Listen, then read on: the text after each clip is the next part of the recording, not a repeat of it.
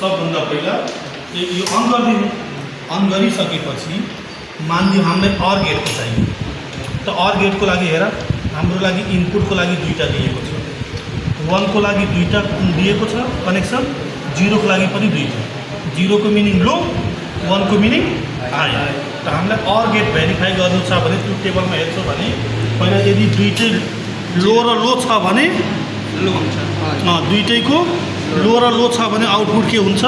लो हुन्छ। त्यसो भए हामी यहाँ चेक गर्न सक्छौँ।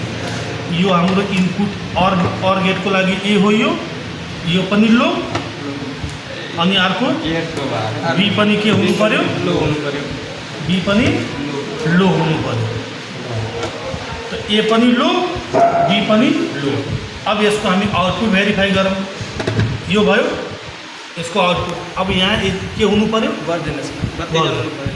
हो हेर त, जब दुईटै इनपुट लो हुन्छ त आउटपुट के भइहाल्छ? हाम्रो लो हुन्छ। त लो भयो।